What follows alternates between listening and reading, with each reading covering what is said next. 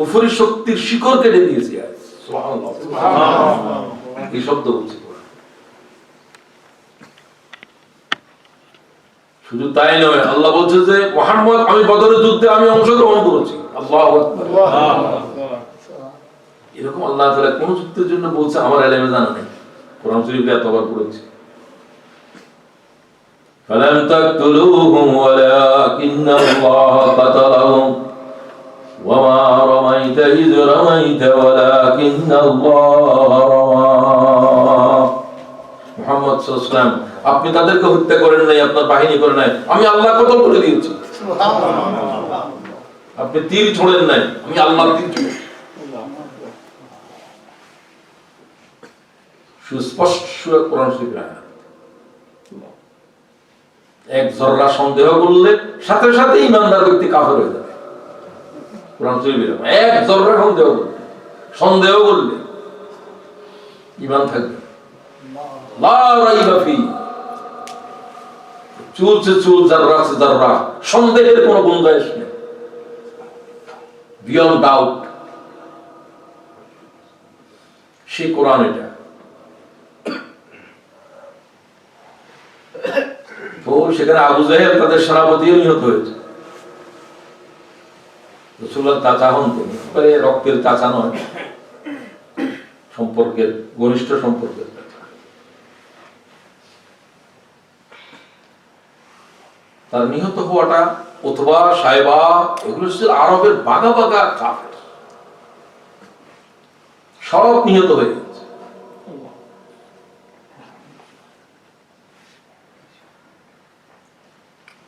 শুধু এদের নেতাদের ভিতরে, জান্ত্রের ব্যক্তির ভিতরে বেঁচে ছিল আবু সুফিয়ান। হুজুরকে বেশি কষ্ট দিয়েছে আবু সুফিয়ান, টপ টেরর। ঈমান আনার আগে, ঈমান আনার পরে তো আর টপ টেরর বলা যাবে না।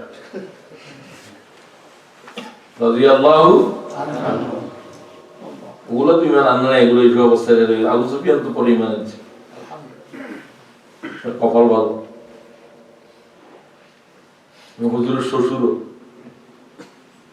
রাসূলুল্লাহ উম্মে হাবিবাকে বিয়ে করেছেন।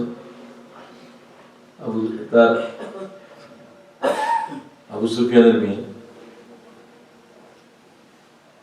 মেয়ে হচ্ছে কিরকম মেয়ে, ঈমান আনে নাই যখন আবু সুফিয়ান, তখন মক্কাতে আসছে মেয়ে দেখার জন্য। মক্কাতে আসছে বিভিন্ন হুজুরের সাথে কিছু কাজ ছিল, চুক্তি টুক্তির ব্যাপারে। রাসূলুল্লাহ সাল্লাল্লাহু আলাইহি ওয়াসাল্লাম ঘরে বসছেন, বসার আগে দিয়ে বাপ যখন ঘরে ঢুকছে, মেয়ে বিছনা চাদর তুলে দিচ্ছে, খালি বিছানার উপর প্রস্তুতি দিয়েছে। বলে, তুমি বিছনা চাদর তুলে ফেললি যে, আমি তোর বাপ না? বলছে, আপনি আমার আব্বা, রাসূলুল্লাহ বিছনা চাদরের উপরে বসার যোগ্যতা আপনার নাই। ইন্নাল মুশরিকুনা নাজাসুন, কোরআন শরীফ বলছে মুশরিকরা নাপাক।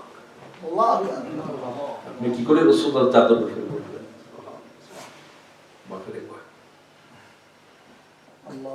আল্লাহ তাআলা উম্মে হাবিবার উপর রহম করুন। আমিন। আমাদের মা, হুজুর স্ত্রী উম্মতের কি মা, উম্মাহাতুল মুমিনিন। যাক, ওই প্রসঙ্গে যাচ্ছি না। আবু সুফিয়ান তারা এত কষ্ট পেয়েছে, এত যাদের, আবু সুফিয়ানের শ্বশুরও নিহত হয়েছে। উতবা, হিন্দার বাবা, হিন্দা হচ্ছে আবু সুফিয়ানের স্ত্রী। তো ওয়াইফের বাপ হলে কি হয়? শ্বশুর।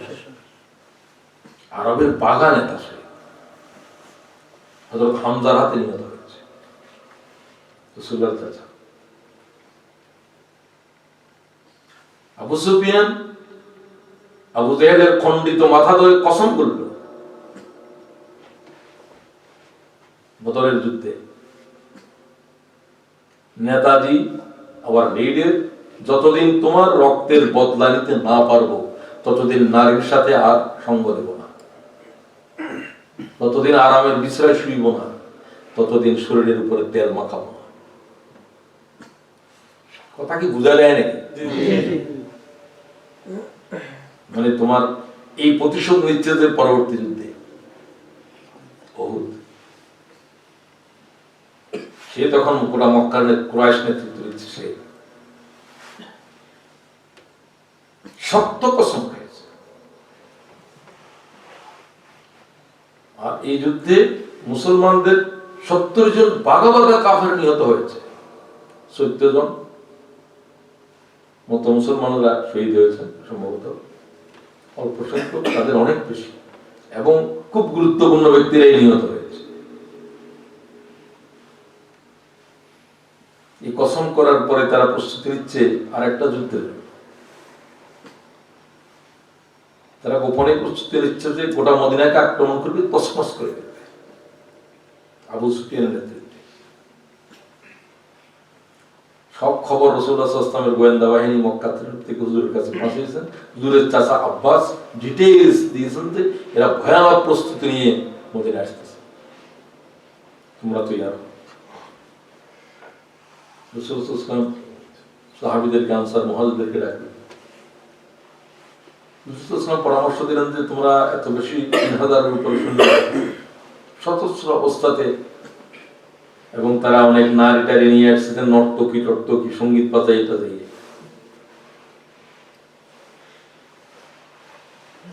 বাইরে গিয়ে যুদ্ধ করলে সুবিধা হবে না। মদিনা থেকে যুদ্ধ, আমরা মদিনার ভিতরে থাকি, তারা যেখান দিয়ে যে গলি দিয়ে ঢুকবে সেখান দিয়ে যুদ্ধ করবে, প্রত্যেক গলিতে গলিতে লোক মোতায়েন করে।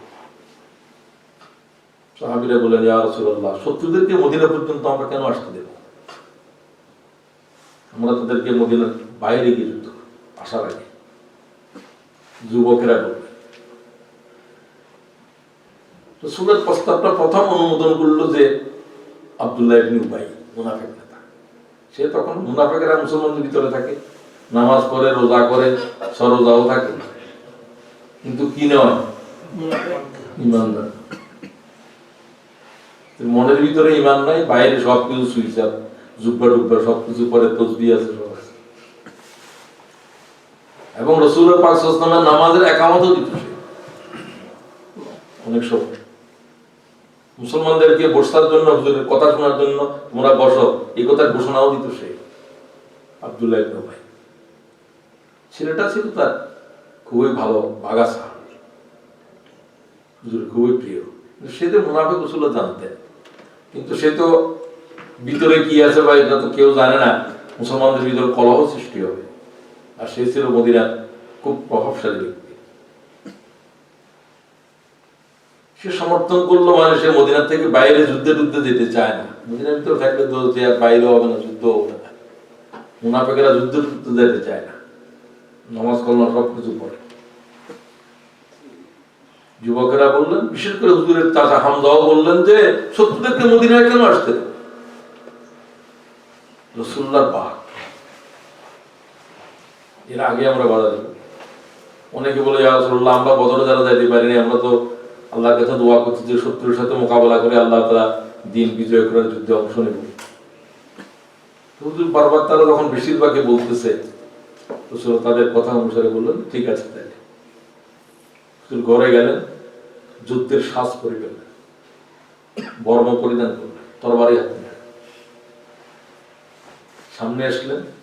সাহাবীরা বলল যে রাসূলুল্লাহর ইচ্ছার বিরুদ্ধে আমরা সিদ্ধান্ত দিলাম, এটা ভালো করলাম কিনা?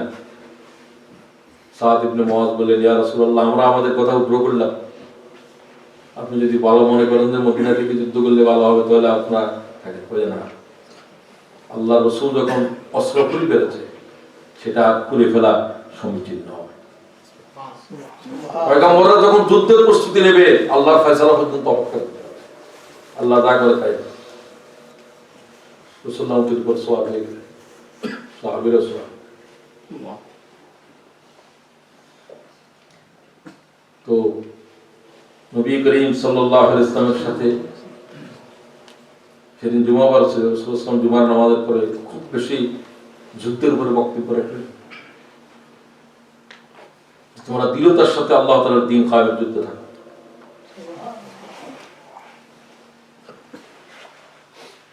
এবং জিহাদের জমিন থেকে যারা পালাবে তাদের কি পরিণতি,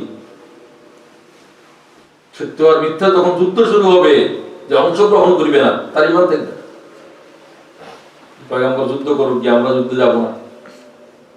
এখন আমরা যেরকম বলি, ইসলামের দায় হোক না কেন, আমি এগুলোতে আমি নামাজ পড়ব, রোজা করবো, ইসলামের বাইরে দিন কায়েমের জন্য, দিন প্রতিষ্ঠার জন্য এই সমস্ত কিছুর সাথে আমি নাই। তুমি তো নাই, তোমার ইমান আছে কিনা? তুমি তোমার ইমানের হাতটাই দেখো।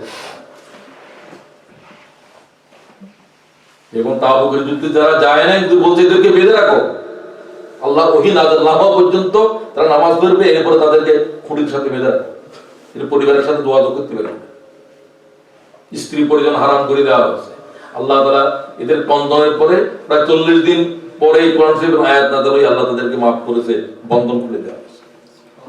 সোজা দিনের মনে করবেন না যে আমি না গেলে কি হবে, তুমি না গেলে কি হবে, তুমি থাকলে আর না থাকলে আল্লাহর কি হবে? যা হওয়ার তো আমার হবে, আপনার হবে, আল্লাহর না কিছু হবে না। লাম ইয়ালিদ ওয়া লাম ইউলাদ ওয়া লাম ইয়াকুল লাহু কুফুয়ান আহাদ। আল্লাহুস সামাদ, আল্লাহ তাআলা অভাবহীন, আল্লাহর কাছে কোনো প্রয়োজন নেই। আপনি আর আমি তো এই কথা বলতে পারি না, আমাকে তো বলতে হবে যে আল্লাহ তাআলা আমাকে কি নির্দেশ দেন। রাসূলুল্লাহ সাল্লাল্লাহু আলাইহি ওয়াসাল্লাম যুদ্ধে রওনা হবে, আপনি বলবেন যে আমি যাব না, নামাজ পড়ব, রোজা করব, আমার অসুবিধা আছে, এই সমস্ত চলবে কিনা আল্লাহ এবং রাসূলের জিজ্ঞাসা করুন। নবী করিম সাল্লাল্লাহু আলাইহি ওয়াসাল্লাম একেবারে মদিনা শরীফের উহুদের প্রান্তে, তারা পাহাড়ের এদিকে আসার আগে আব্দুল্লাহ ইবনে উবাই হঠাৎ করে বলল যে আমি আর যুদ্ধে যাব না। যুদ্ধ তো সৈন্যদের তাঁবু দেখা যাচ্ছে শত্রুদের, কেন? কয় তোমরা রাসূলকে জোর করে নামিয়ে আনছো। এই সমস্ত কথা তো আগে ফয়সালা হয়ে গেছে, মুনাফিকরা এখন নতুন করে কথা বলে। রাসূলুল্লাহ তাকে অনুরোধ করলেন না যে তুমি থাকো। 300 লোক, 1000-এর মধ্যে 300 লোক নিয়ে এসে দাঁড়িয়ে গেল। রাসূল বললেন আসসালামু আলাইকুম, চলে যাও। বুঝতে পারছেন? এই হলো মুনাফিকদের অবস্থা। পয়গম্বরকে যুদ্ধে রেখে ঘরের তো বাইরে হলো, এতদিন পর্যন্ত ছিল, নামাজ পড়লো, সবকিছু বললো, এই পর্যন্ত আসি, শেষ মুহূর্তে এসে বললো যে আমি নাই। সব যুগে সব অবস্থা এরকম হতে পারে, আল্লাহ তাআলা আমাদেরকে মাফ করে দেন। আমিন।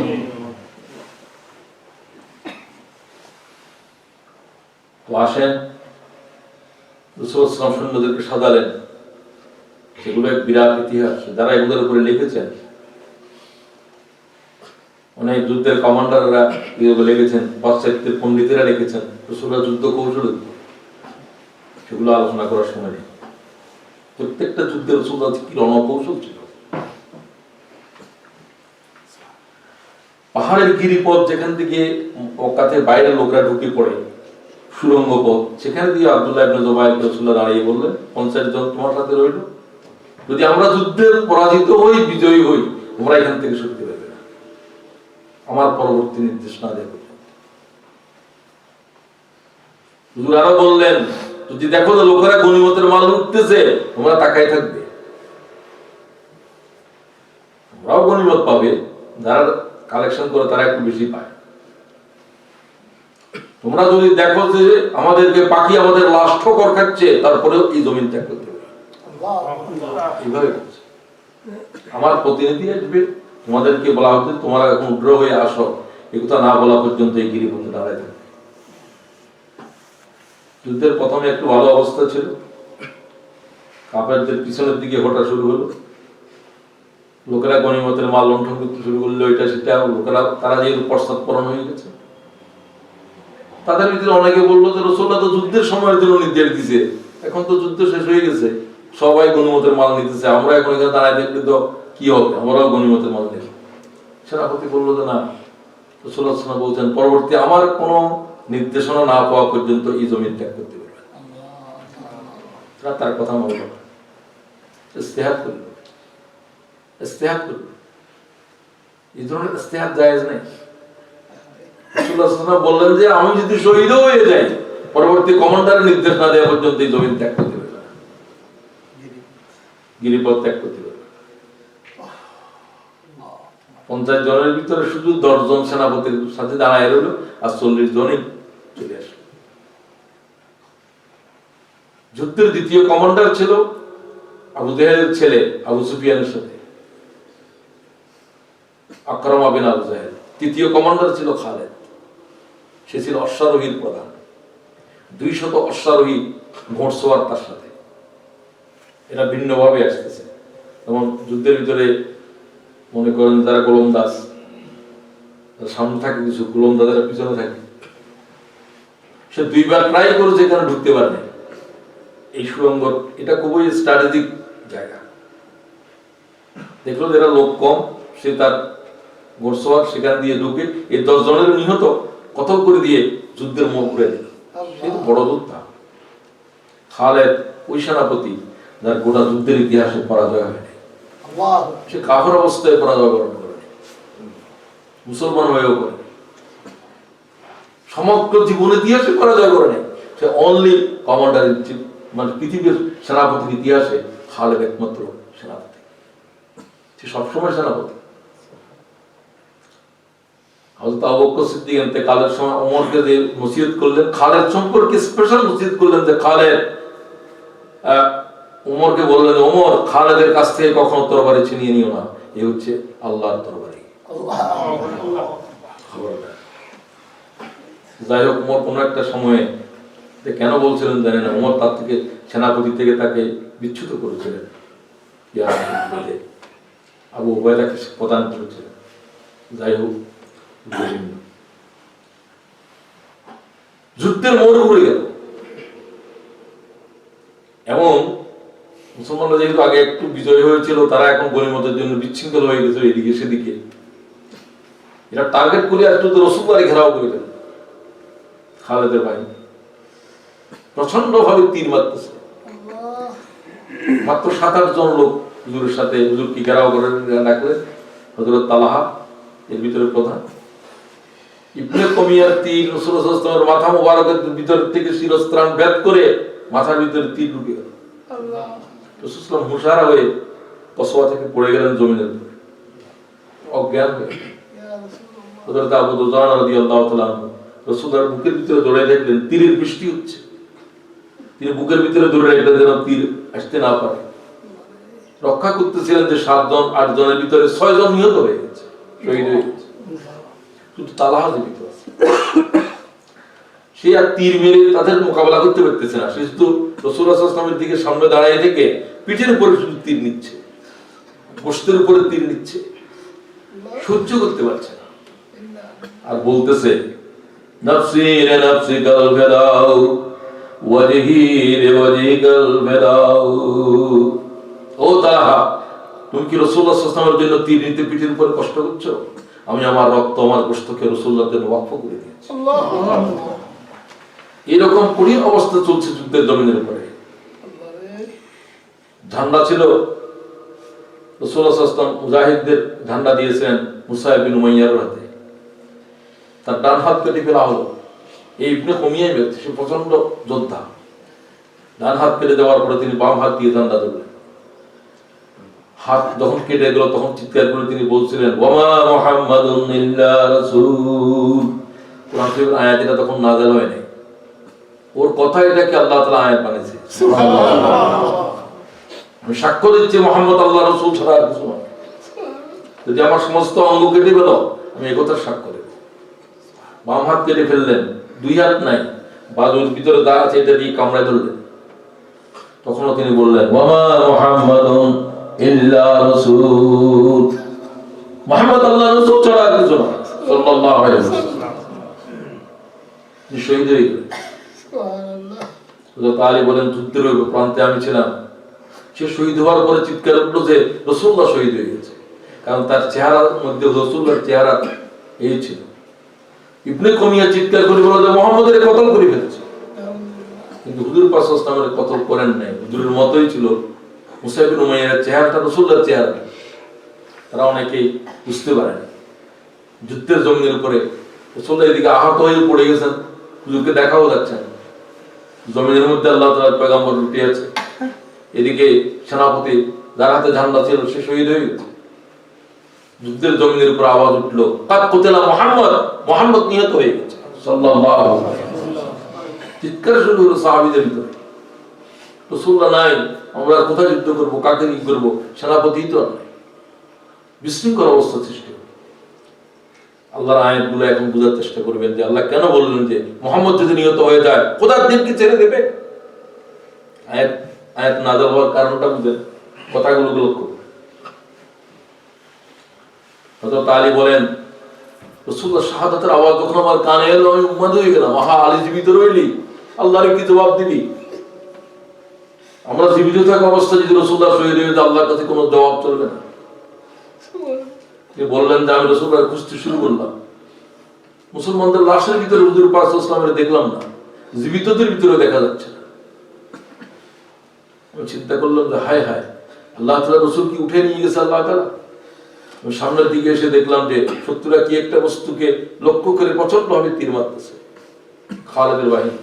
সেদিকে আমি এসে দেখলাম রাসূলুল্লাহ জমিনের উপরে পড়ে আছে, হযরত আবু দুজানা বুকের ভিতরে। হুজুর আমার আগমন বুঝতে পেরে বললেন যে আলী তাদেরকে বাধা দাও। রাসূলুল্লাহর কানের আওয়াজ যখন আমার কানে আসলো, আমি দুই হাত দিয়ে জুলফিকার ধরলাম, আমি আমার কোমরকে বেঁধে নিলাম। হযরত আলী বলেন আমার জীবন ইতিহাসে ভয়াল যুদ্ধ শুরু। আমি এরকম কঠিন যুদ্ধ আর কোনোদিন করিনি। আমার যুদ্ধের উপরে খুশি হয়ে এই যুদ্ধের পরে জিবরাইল হযরত আলীকে লকব দিয়েছিল মর্তজা, আল্লাহর প্রিয়। আমি প্রচন্ডভাবে আক্রমণ শুরু করলাম তাদের উপরে। আমার তরবারের ক্ষিপ্রতা দেখে তারা রাসূলুল্লাহ সাল্লাল্লাহু আলাইহি ওয়াসাল্লামকে ছেড়ে দিলেন, সে আমাকে ছেড়ে দিলেন।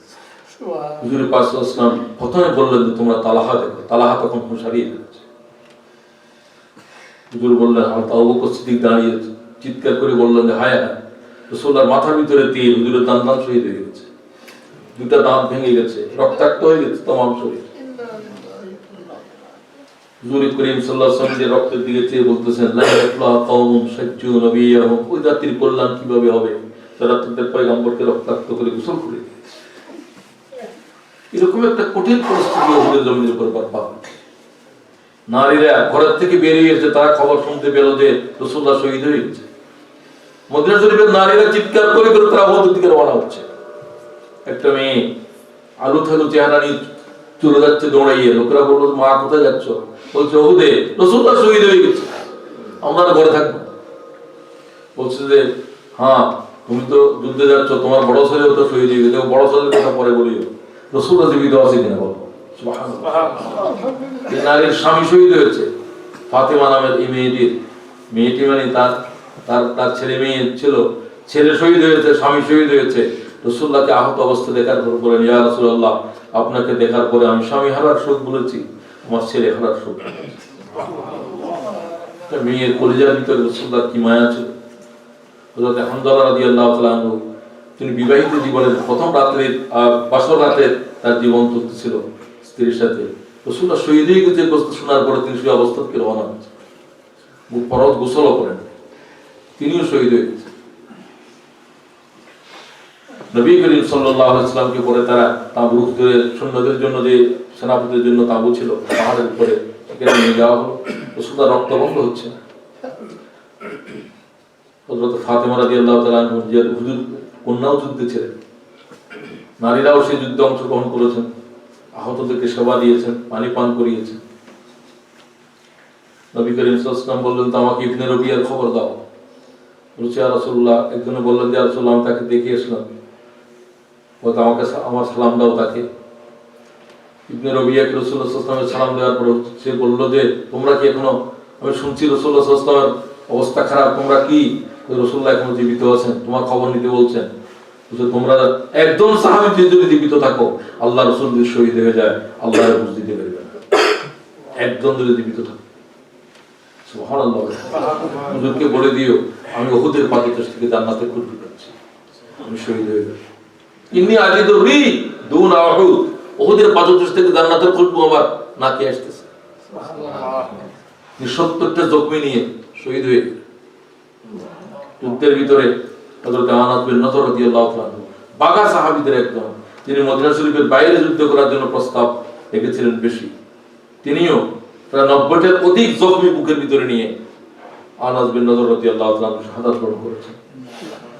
তার শাহাদাতের উপর আল্লাহ এত খুশি হয়েছেন, আল্লাহ আয়াত নাযিল করেছেন কোরআনে, রিজালুন, তাদেরকে আল্লাহ তাআলা যারা আল্লাহর রাস্তার উপর শাহাদাতের জন্য যারা প্রস্তুতি গ্রহণ করেছিল, মিনাল মুমিনিনা রিজালুন সাদাকু মা আহাদুল্লাহ আলাইহি ফামিনহুম মান কাযা নাহবাহু ওয়া মিনহুম মান ইয়ানতাযির ওয়ামা বাদদালু তাবদীলা। তোমাদের ভিতরে যারা আল্লাহর রাস্তার উপরে জীবন দেওয়ার পছন্দ করে দিল, তাদের ভিতরে অনেকেই তাদের সত্যতা প্রমাণ করেছে, আর বাকিরা শাহাদাতের মিছিলে তারা দণ্ডায়মান। আল্লাহ তাদের উপর রাজি হয়েছে। এই কঠিন অবস্থাকে সামনে নিয়ে এই আয়াতের এখন বুঝাতে, ওয়ামা মুহাম্মাদুন ইল্লা রাসূল। উহুদের যুদ্ধের পর আয়াত নাযিল হচ্ছে, হযরত মুসআব বিন উমাইয়া রাদিয়াল্লাহু তাআলা যিনি উহুদ শহীদ হয়েছেন, উহুদে দাফন করা হয়েছে। হুজুর বলছেন শহীদদেরকে তোমরা উহুদের যুদ্ধে দাফন করো। সবচেয়ে বেশি শাহাদাতের কষ্ট পেয়েছেন হযরত চাচা হামজাকে দেখে। 80 টুকরায় যার লাশ বিভক্ত হয়েছে। হিন্দা তার কলিজাকে বুকের উপরে ছিঁড়ে তার বাপের হত্যা করেছে, এর প্রতিশোধ। কলিজা চিরে বের করে কাঁচার কলিজার চিবাইছে, সে গিলি ফেলতে চেষ্টা করেছে, সেটা তো আর খেতে পারে নাই, ফেলে দিয়েছে। রাসূলুল্লাহ সাল্লাল্লাহু আলাইহি ওয়াসাল্লাম চাচার লাশের এই অবস্থা দেখে হুজুর এত টেনশন যে সাহাবীরা বলছে হুজুরকে এইভাবে জোরে চিৎকার করে কাঁদতে আর কোনোদিন দেখি নাই। হুজুর হু হু করে কাঁদছে চাচার জন্য। তো হুজুর পাক সাল্লাল্লাহু আলাইহি ওয়াসাল্লাম চাচার লাশ দাফন করিয়ে দিয়ে বললেন, সেখানে সব শহীদদেরকে বললেন যে এদের কোনো জানাজার নামাজও প্রয়োজন নেই, এদের কোনো গোসলের প্রয়োজন নেই, এদের কোনো কিছুরই প্রয়োজন নাই, এদেরকে রক্তাক্ত অবস্থা দাফন করে দাও। আল্লাহ ইউসাল্লি আলাইহি, এদের নামাজের কোনো প্রয়োজন নেই।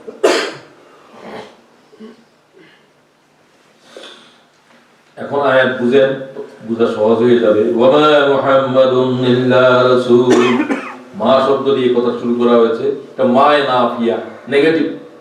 নো, মুহাম্মদ সাল্লাল্লাহু আলাইহি ওয়াসাল্লাম সম্পর্কে তোমরা যে ধারণা করো সেটা সঠিক নয়। সঠিক কি, মুহাম্মদ কি, আমি আল্লাহ বলছি। মুহাম্মদ সাল্লাল্লাহু আলাইহি ওয়াসাল্লাম রাসূল, দিনেও রাসূল, রাতেও রাসূল, সকালেও রাসূল, বিকালেও রাসূল, নামাজের ইমামতিতেও রাসূল, যুদ্ধের মাঠেও রাসূল। সুবহানাল্লাহ। ওয়া মুহাম্মাদুন ইল্লা রাসূল, রাসূল ছাড়া আর কিছু নাই এখানে। সুবহানাল্লাহ। যা বলেন সব রাসূল হইল। যা কিছু জিহ্বা থেকে নবুয়তের হায়াতে বলতেছেন সব আল্লাহ থেকে সরাসরি বলতেছেন। সুবহানাল্লাহ।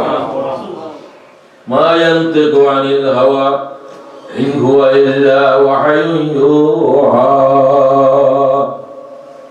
তোমরা দেখছো মুহাম্মদ কথা বলতেছে, আল্লাহ বলছেন না, মুহাম্মদের জিহ্বা দিয়ে আল্লাহ কথা বলতেছে। সুবহানাল্লাহ। রাসূল কি সুদা জিনিস? তোমরা কি রাসূলুল্লাহ সাল্লাল্লাহু আলাইহি ওয়াসাল্লামের ভালো মানুষ বলো, ওটা বলো, এগুলো তো কাফেররা বলছে। আল্লাহ আমিন কে বলছিল? কাফেররা আস-সাদিক বলছে, আল্লাহ আমিন বলছে। এগুলোর উপর ঈমান আনা তো কাফেররা ঈমান আনছিল। মুহাম্মদ সাল্লাল্লাহু আলাইহি ওয়াসাল্লাম দুনিয়ার শ্রেষ্ঠ মহামানব, দুনিয়ার শ্রেষ্ঠ অর্থনীতিবিদ, দুনিয়ার শ্রেষ্ঠ রাজনীতিবিদ, দুনিয়ার শ্রেষ্ঠ সমাজবিদ, দুনিয়ার শ্রেষ্ঠ সমরনায়ক, এই সমস্ত কথা কাফেররা বলছে। এগুলো ঈমান আনা কোনো জরুরি নয়। কোনটা ঈমান আনতে হবে? ওমা মুহাম্মাদুন ইল্লা রাসূল। রাসূলের উপরে জীবন লেগেছে, কত কিছু লেগেছে, কিন্তু কি আনে নাই? কোনো লাভ নেই, কোনো লাভ নেই। কারণ রাসূলটাই হলো গায়েব, এই কথার উপরে ঈমান আনা লাগবে। আশহাদু আল্লা ইলাহা ইল্লাল্লাহ ওয়াহদাহু লা শারীকা লাহু ওয়া আশহাদু আন্না মুহাম্মাদান, সাক্ষ্য দিচ্ছি যে মুহাম্মদ আল্লাহর আবদ, আল্লাহর রাসূল। এই কথার প্রশ্ন না দেওয়া পর্যন্ত ইসলামে দাখিল হবে না। রাসূলের উপর যত কিতাব লেখো, যত কসিদা পড়ো, রাসূল সাল্লাল্লাহু আলাইহি ওয়াসাল্লাম ভালো মানুষ ছিলেন, এই কথা তুমি বলার কোনো প্রয়োজন নাই। তুমি রাসূলের রিসালাতের উপর ঈমান আনো, এটাই প্রয়োজন, কারণ এটাই ফরজ। তাকে দুনিয়ার শ্রেষ্ঠ মহাযোদ্ধা, দুনিয়ার শ্রেষ্ঠ সাদেক, এগুলা বললে ঈমান আনা হবে না। ঈমান আনতে হবে তার রিসালাতের উপরে। সুবহানাল্লাহ। সবচেয়ে গুরুত্বপূর্ণ বিষয়। আমরা অনেকে কিন্তু সেটা প্রথমে এটাই বুঝি না। একটা শব্দের সাথে রাসূলের পাকের তামাম জিন্দেগি যুদ্ধ করেছে, রাসূল শব্দের সাথে। হুদায়বিয়ার তীরে যখন সন্ধি লেখা শুরু হলো, কাফেরদের পক্ষ থেকে সোহেল ইবনে আমর সন্ধি লিখতেছে, মুসলমানদের পক্ষ থেকে হযরত আলী। আলী সন্ধি পত্রের উপরে লিখলেন, মিন মুহাম্মাদুর রাসূলুল্লাহ ইলা রাইসুল কুরাইশ। কুরাইশ নেতৃবৃন্দের সাথে মুহাম্মদ রাসূলের পক্ষ থেকে মানে সন্ধি নাম। সোহেল বললো মোহাম্মদ রাসূলুল্লাহ কেন লিখলে? মোহাম্মদ ভালো মানুষ লিখতে পারো, আমাদের কোনো আপত্তি নেই। মোহাম্মদ আস-সাদিক লেখো, আল-আমিন লেখো, কিন্তু রসুল শব্দ কেন বললা? আমরা তো তাকে রসুল মানি না, সব মানি, ঠিক কিনা? রসুল মানি, রসুল মানলে তো আর যুদ্ধ হয় না, রসুল মানলে তো তার সাথে আমাদের কোনো সংঘাত নেই। শব্দ তো মূল শব্দ এটা, তারা তো ভালো করেই বুঝেছে। হুজুর সাল্লাল্লাহু আলাইহি ওয়াসাল্লাম বলল যে এটা নিয়ে বিতর্ক করার দরকার না, ঠিক আছে আমার নামের সাথে রসুল কেটে দাও, তোমরা কাটলেও তো আমি রসুল থাকবো, তোমরা যেহেতু মানতেছো না এই জন্য কেটে দাও। আলী বলছে যে ইয়া রাসূলুল্লাহ, আমি আপনার নামের সাথে রসুল কাটতে পারবো, আমি জীবিত অবস্থায় পারবো, কলম আমাকে দাও। রাসূলুল্লাহ কিছু অক্ষর ছিলেন না, নবীর উম্মি। কিরকম উম্মি? নিজের নামটার একটা বর্ণ পড়তে পারে, অথচ তামাম জগতের শ্রেষ্ঠ জ্ঞানী। আলী বলে, আলী আমার নাম কোথায় লিখছো তুমি বলো। আমি বললো ভিতরে, কলম আমাকে দাও। তো আলী যেখান দিয়ে বললো, রসুল কোথায় লিখছো? এখান দিয়ে। হুজুর নিজের হাতে কেটে দিলেন। কোথায় লেখো? আমি মোহাম্মদ ইবনে আব্দুল্লাহ, আমি আব্দুল্লাহর ছেলে মোহাম্মদ লেখো। সন্ধি করো, এখন যুদ্ধ দরকার নেই, খুব খেয়াল করে। তোমরা লিখেছো রসুল শব্দ কেটে দিয়েছো, রাসূল পাক সাল্লাল্লাহু আলাইহি ওয়াসাল্লাম এখনো মক্কার সীমান্ত ত্যাগ করেন নাই, উটের উপরে আল্লাহর ওহী নাযিল হচ্ছে।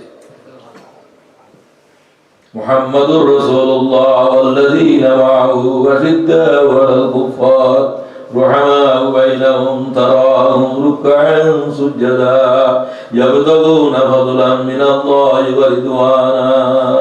সূরা ফাতিহা নাযিল হচ্ছে তার শেষ আয়াত। আল্লাহ একবারে পুরোটাই লিখে দিলেন মুহাম্মাদুর রাসূলুল্লাহ। এখন কাটবে কি? এখন মুহাম্মদে কাটতে পারবো? মুহাম্মাদুর রাসূলুল্লাহ এরকম স্পষ্ট করে আল্লাহ কোরআন শরীফে আর কোথাও বলেন না। কারণ এটা নিয়ে বিতর্ক হয়েছিল সন্ধির আগে দিয়ে। সন্ধি শেষ করে রাসূল সাল্লাল্লাহু আলাইহি ওয়াসাল্লাম বাইতুল্লাহ তাওয়াফ না করে চলে যাচ্ছে। চুক্তি অনুসারে এই বছর তোমরা হজ না করে চলে যেতে হবে, উমরা না করে, ইহরাম খুলে চলে যাও, আগামী বছর আসবে। সাহাবীরা রাজি ছিল না, তারপরেও হুজুর বলতেন যে আমি আল্লাহর পক্ষ থেকে সিদ্ধান্ত দিচ্ছি, তোমরা ইহরাম খুলে ফেলো, আমরা আগামী বছর। সবাই মনে কষ্ট। আল্লাহ তাআলা আয়াত নাযিল করলেন, ইন্না ফাতাহনা লাকা ফাতহাম মুবিনা। তোমরা যেটাকে পরাজয় মনে করতেছো, আজকে তোমাদের জন্য সুস্পষ্ট বিজয় নিহিত আছে। সুবহানাল্লাহ। জয় পরাজয় বুঝো না। তোমাদের সাথে যে আপোষ করে তারা বসছে এতদিন পরে, এটাই তো তোমাদের বিজয়। ওদেরকে বুঝতে হবে। শুধু তোমাদের সাথে বসলো, তোমাদেরকে একটা শক্তি বলে স্বীকৃতি দিল, আগামী বছর আশয় কথা বললো, এর থেকে বড় বিজয় আর কি? আল্লাহ তোমরা বিজয়ও ছিল না। বেশিরভাগ সাহাবী বললেন যে আমরা তো পরাজয় হয়ে গেলাম, আমরা কাবা শরীফ দেখতেছি, কাবা শরীফ উমরা না করে চলে যাচ্ছে না। তো সবচেয়ে গুরুত্বপূর্ণ শব্দ হলো কি? সমস্ত পরিচয়ের উপরে এই পরিচয়। যত পরিচয় আছে, তিনি আল-আমিন, তিনি আস-সাদিক, তিনি আব্দুল্লাহর ছেলে, সব পরিচয়। সর্বশ্রেষ্ঠ পরিচয় হলো তিনি আল্লাহর কি?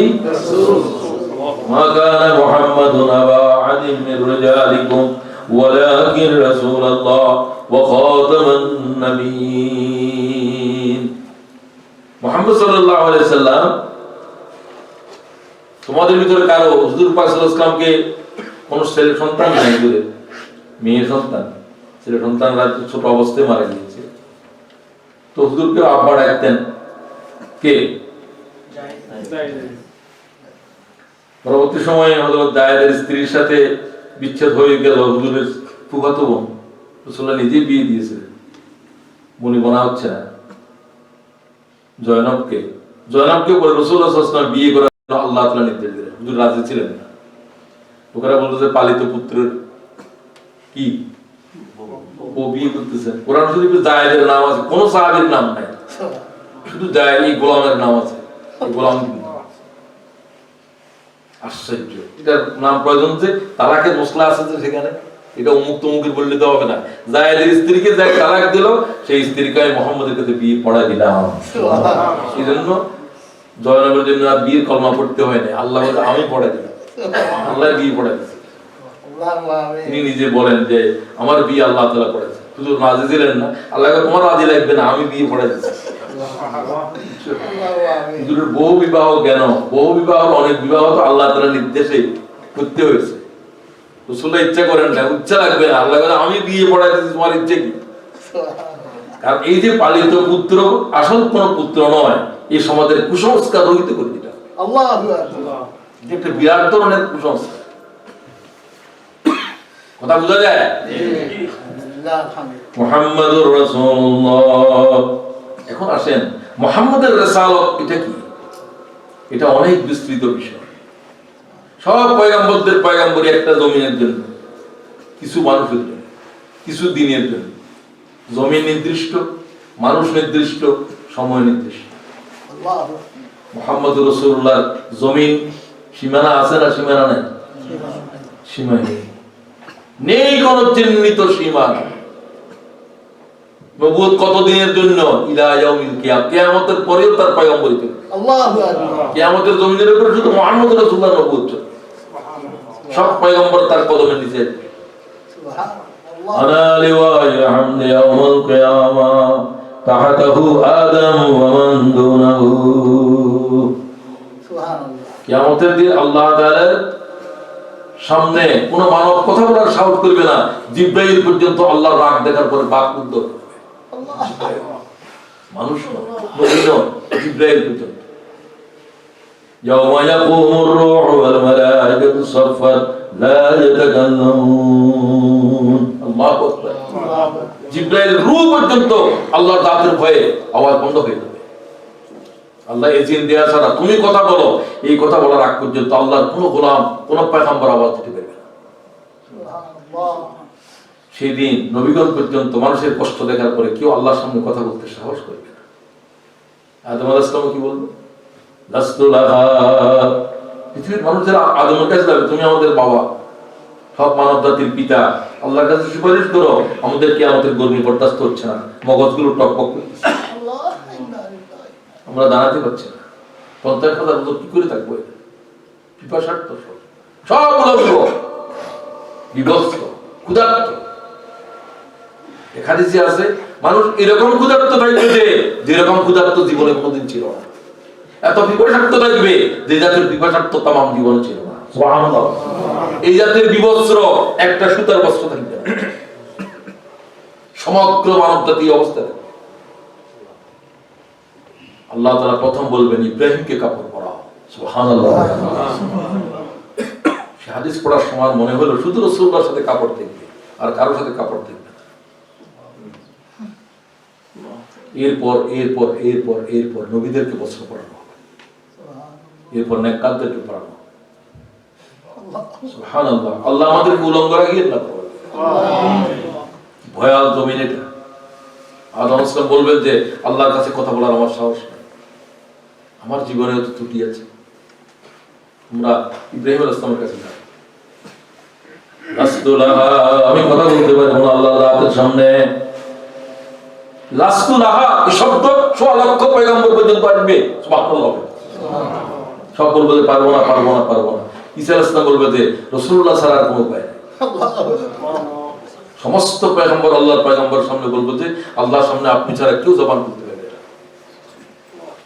এই হাদিস পড়ার সময় হুজুর পাক সাল্লাল্লাহু আলাইহি ওয়াসাল্লাম বলেন, আমি জানি না সেদিন কি কথা বলে আল্লাহর সামনে আমি কথা বলবো, আমি সিজদায় পড়ে কাঁদতে শুরু করব। হাদিসের লফজ, আমার কান্না আল্লাহ সইতে পারে না।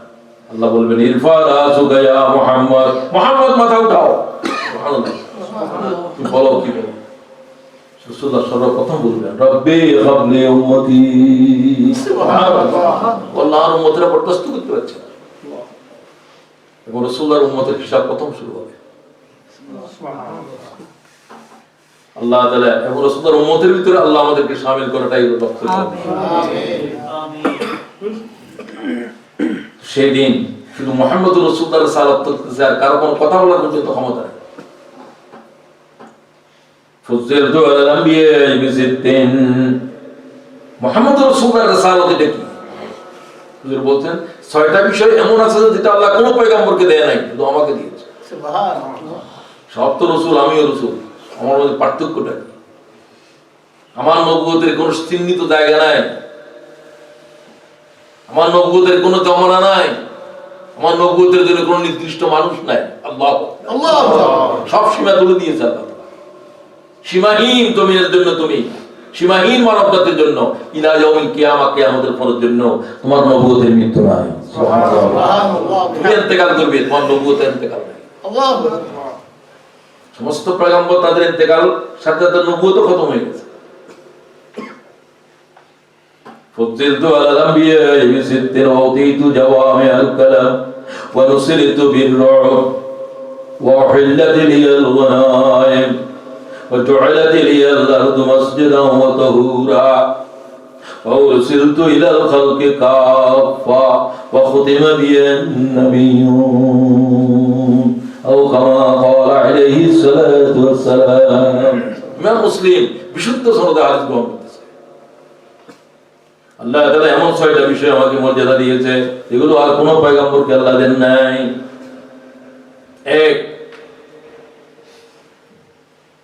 এক নম্বরে কি? ফুজ্জিলতু আলাল আনবিয়া বিসিত্তিন ওয়া উতীতু জাওয়ামিআল কালাম। আল্লাহ আমাকে অসাধারণ কথা বলার যোগ্যতা দিয়েছে। সুবহানাল্লাহ। আল্লাহর কালামের পরে কালামে মুহাম্মদ সাল্লাল্লাহু আলাইহি ওয়াসাল্লাম, আমাকে আল্লাহ জামে মানে কথা বলার যোগ্যতা দিয়েছে। আল্লাহ হাদিস শরীফ পড়লে বুঝতে পারবে আল্লাহর কালামের পরে রাসূলের কালামের বাগবিটা কি। সেগুলো সময় থাকতে বলা যাবে দুই একটা। আমাকে আল্লাহ অসাধারণ ব্যক্তিত্ব দিয়েছে। রাসূলুল্লাহ কথা না বলা পর্যন্ত কোন জাতের আল্লাহর পয়গম্বরের সঙ্গে কথা বলার সাহস ছিল না। আয়েশা বলছেন হুজুর বেশিরভাগ সময় চুপ থাকতেন, তিনি কথা নিজের থেকে না বলা পর্যন্ত আমরা কথা বলতে সাহস করতাম না। সুবহানাল্লাহ। ইমাম বুখারী বলেন রাসূলুল্লাহ সাল্লাল্লাহু আলাইহি ওয়াসাল্লাম হাদিসে বলেন হুজুরের রব এতটুকু, কোন জমিনের উপর রাসূলুল্লাহ যদি হেঁটে যায়, আমরা এখানে আসলাম, না হলে কাল পর্যন্ত আপনারা মনে রাখবেন 40 দিন পর্যন্ত রাসূলুল্লাহ সাল্লাল্লাহু আলাইহি ওয়াসাল্লাম আসর জমিনের উপর থেকে যায়। সুবহানাল্লাহ। আরেক আলোচকরা তাফসীরকারী বলতেছে যে সেদিন ইলা ইয়াউমিল কিয়ামা মুহাম্মদুর রাসূলুল্লাহ আসর জমিনের উপর থাকবে। সুবহানাল্লাহ। এই ব্যক্তিত্ব দুনিয়ার কাউকে আল্লাহ তাআলা নুসিরিতু বিররুব ওয়া উহিল্লাত লিয়াল গনায়েম। গনিমত সব পয়গম্বরের জন্য গনিমত খাওয়া হারাম। ইসলামের ফেরাউনের সাথে যুদ্ধ, গনিমত খেতে দেবে না। যুদ্ধলব্ধ সম্পদের আগুন দিয়ে জ্বালাই ফেলতে হবে। এগুলোর জন্য যুদ্ধ না, যুদ্ধ আল্লাহর জন্য হয়েছে, গনিমতের জ্বালাই ফেলবে। কিন্তু রাসূলুল্লাহর জন্য গনিমতের কি করে দিয়েছে? উম্মতের জন্য। আলহামদুলিল্লাহ বলেন। আলহামদুলিল্লাহ। উহিল্লাত লিয়াল গনায়েম ওয়া জু'আলাত লিয়াল আরদু মাসজিদান ওয়া তাহুরা। আমার জন্য কোনো নির্দিষ্ট মসজিদ নাই।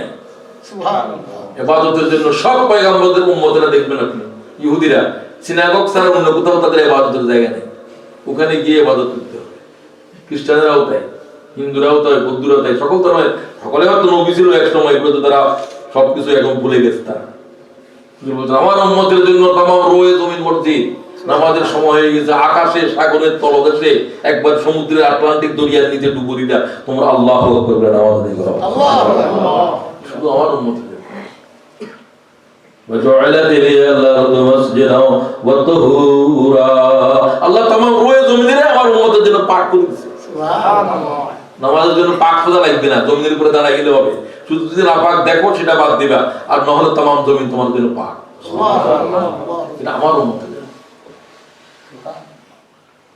وَأُحِلَّتْ لِيَ الْغَنَائِمُ وَجُعِلَتْ لِيَ الْأَرْضُ مَسْجِدًا وَطَهُورًا وَأُرْسِلْتُ إِلَى الْخَلْقِ كَافَّةً।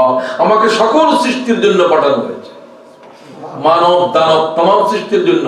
তিনি কি? وَمَا أَرْسَلْنَاكَ إِلَّا رَحْمَةً لِلْعَالَمِينَ। আল্লাহ যেরকম রব্বুল আলামিন, তিনি রাহমাতুল লিল আলামিন। तमाम আলামিনের জন্য আমি আল্লাহর করুণা। সুবহানাল্লাহ। সুবহানাল্লাহ। সমগ্র মানব জাতির জন্য রাসূল, সৃষ্টির জন্য আমি আল্লাহর করুণা। গাছপালার জন্য রাসূল দরকার নাই। তোমরা যদি সালাতকে মেনে নাও তাহলে আল্লাহর অনুগ্রহ তারাও প্রাপ্ত হবে। আর তোমরা যদি না মানো তাদের উপরে জমিনের উপর যে গজব আসবে, তারা ওই গজবে থাকবে। মুহাম্মদ সাল্লাল্লাহু আলাইহি ওয়াসাল্লাম সমগ্র পৃথিবীর तमाम সৃষ্টির জন্য আল্লাহর করুণা হয়ে এসেছে। সুবহানাল্লাহ। কোন পয়গম্বরকে আল্লাহ তাআলা বলেন أرسلت إلى الخلق كافة وختم بي النبيون আমাকে দিয়ে আল্লাহ তাআলা নবুয়তকে সমাপ্ত করে দিয়েছে সুবহানাল্লাহ আমার সমস্ত পরিচয়ের ভিতরে হুজুর বললেন সর্বশ্রেষ্ঠ হলো সবচেয়ে গুরুত্বপূর্ণ সুবহানাল্লাহ আমার দিন আসার পরে আর দিন নাই আমার কথা শেষ হওয়ার পরে আর কথা নাই আল্লাহ বলছে কথা শেষ হয়ে গেছে নবুয়ত শেষ হয়ে গেছে সুবহানাল্লাহ এটাই হলো আমার সবচেয়ে বড় মর্যাদা আল্লাহু আকবার اليوم أكملت لكم دينكم وأتممت عليكم نعمتي ورضيت لكم الإسلام دينا আজকে দিনকে পরিপূর্ণ করে দেয়া হলো সমস্ত পয়গম্বরের দিন ছিল ইনকমপ্লিট তাদের নবুয়ত সব ইনকমপ্লিট পরিপূর্ণ হলো কার সময় এসে মুহাম্মদুর রাসূলুল্লাহ সামনে চলি وما محمد إلا رسول قد خلت من قبله الرسل তিনি কোন নতুন রাসূল নয় অসংখ্য আল্লাহর পক্ষ থেকে রাসূলের দুনিয়াতে পড়ে তিনিও এসেছেন আরো এসেছেন ইন্না আওহাইনা ইলাইকা কামা আওহাইনা ইলা নূহ ওয়ান নাবিয়্যিনা মিন বাদিহি আমি নূহ থেকে শুরু করলেন আল্লাহ তাআলা কারণ আদম আলাইহিস সালাম সাথে আল্লাহর ওহী ছাড়া আল্লাহর কথা হচ্ছে ওহী শুরু ওহী ছাড়া নবী হতে পারে না we have revealed to you Muhammad সাল্লাল্লাহু আলাইহি তোমাকে যেমন নবুয়ত দিয়েছি আমি নূহ থেকে এরকম লাখ লাখ মানুষের কাছে আল্লাহর ফেরেশতা জিবরাইল ওহী নিয়ে হাজির হয়েছে সুবহানাল্লাহ সকলেই নবী ছিলেন তবে আপনার নবুয়ত অনেক বিস্তৃত সুবহানাল্লাহ তারাও নবী ছিলেন রাসূলান কাল কাসাসনা আমি অনেককে বর্ণনা করেছি আর অনেকের নাম বর্ণনা করি নাই রাসূলুল্লাহ নিজেও বলতেন যে নবী সকল নবীদের নাম আমার জানা নাই তবে আল্লাহ তাআলা অসংখ্য নবী পাঠিয়েছেন সকল জাতির কাছে পাঠিয়েছেন এক হাদিসের ভিতরে দেখা যায় নবীদের সংখ্যা ১৬ লক্ষ এটাও হাদিসে আছে মা কুনতা বিদআন মিনাল রাসূল ওয়া মা আদরি মা ইউফআলু বি ওয়ালা বিকুম আমি কোন নতুন রাসূল নই আমার পূর্বে আদম থেকে অসংখ্য নবী রাসূল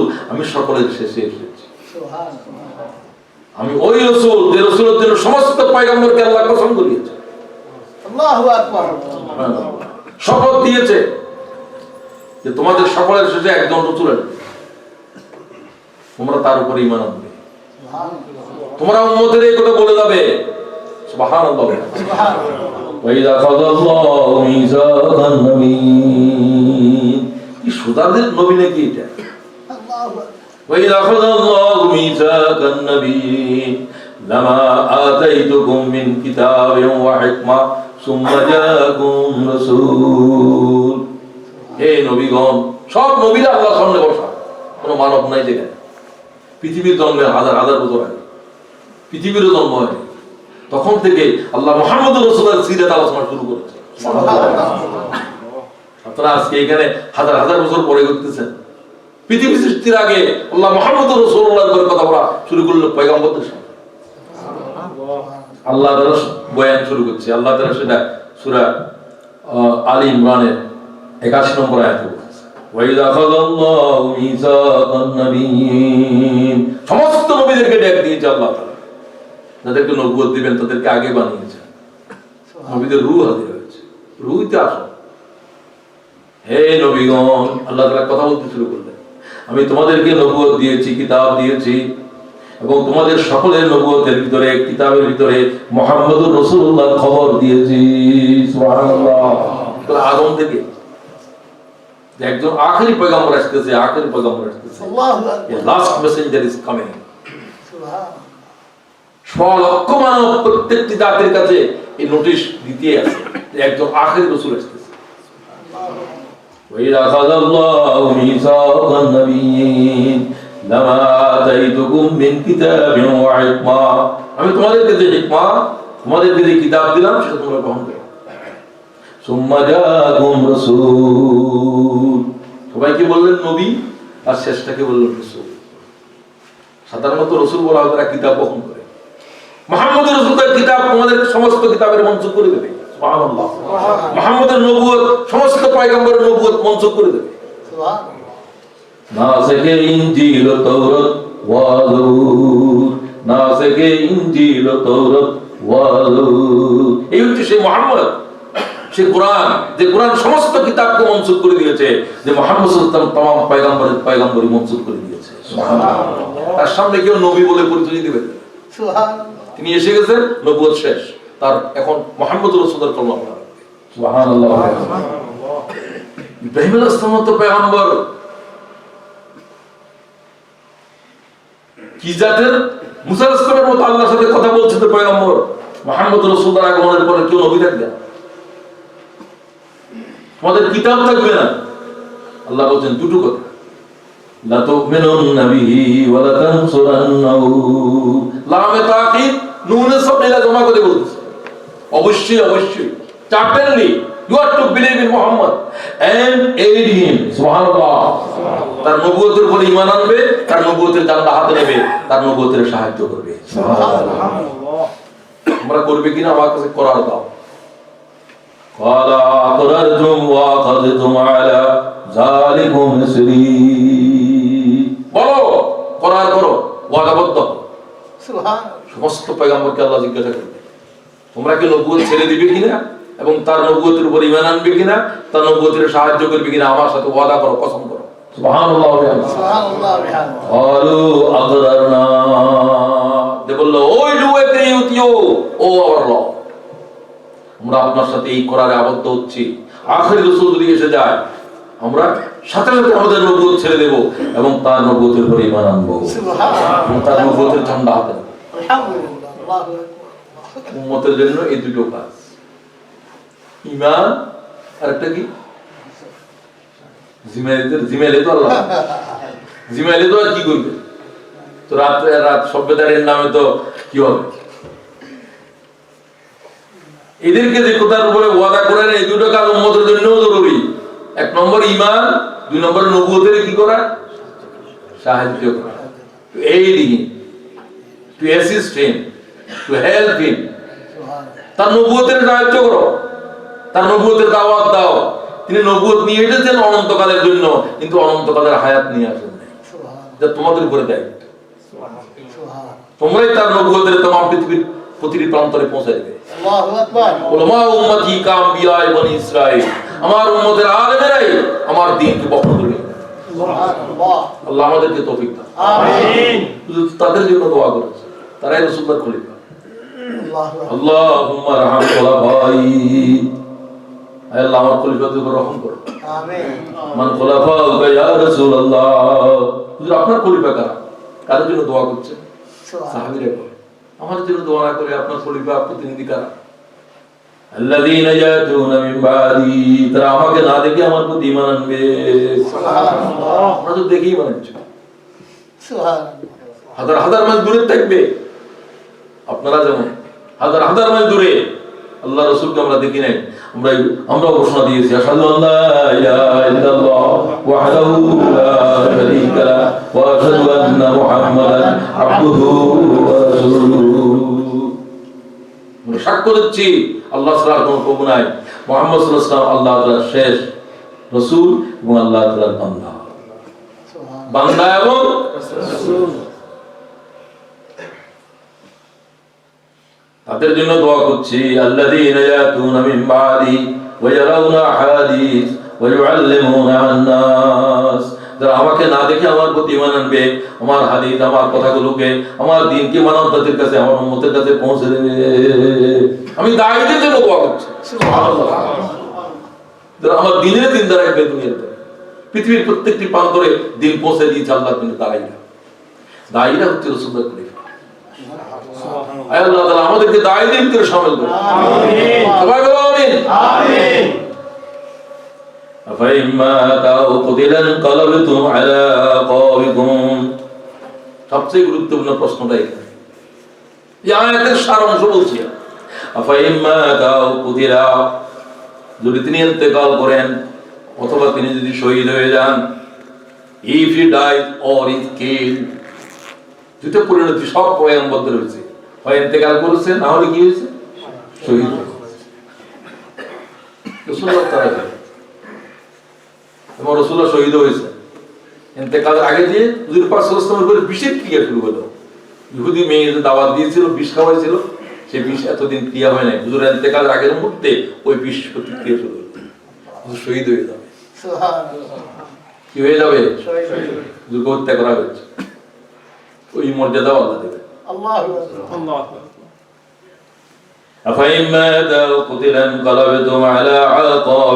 সব পয়গম্বরদের ইন্তেকাল করা লাগবে। আল্লাহ ছাড়া জিবরাইল, মিকাইল, নবী সব মরা লাগবে। কুল্লু নাফসিন যায়িকাতুল মউত। মউত শুধু কার নাই? আল্লাহ। বলেন না কেন? আল্লাহ সবাই বলে। মুহাম্মদ সাল্লাল্লাহু আলাইহি ওয়াসাল্লাম ইন্তেকাল করছে যুদ্ধের জমিনে, তোমরা শুনলে। যুদ্ধের ময়দান থেকে পালাইলে কেন? আল্লাহর প্রশ্নের জবাব। আল্লাহ তো মরে যায় না, আল্লাহর দ্বীন তো মরে যায় না। তোমাদের কি হয়েছে? সাহাবীদেরকে ধরেছে। তো শুধু কি সাহাবীদেরকে না, কিয়ামত পর্যন্ত সমস্ত উম্মতের জন্য।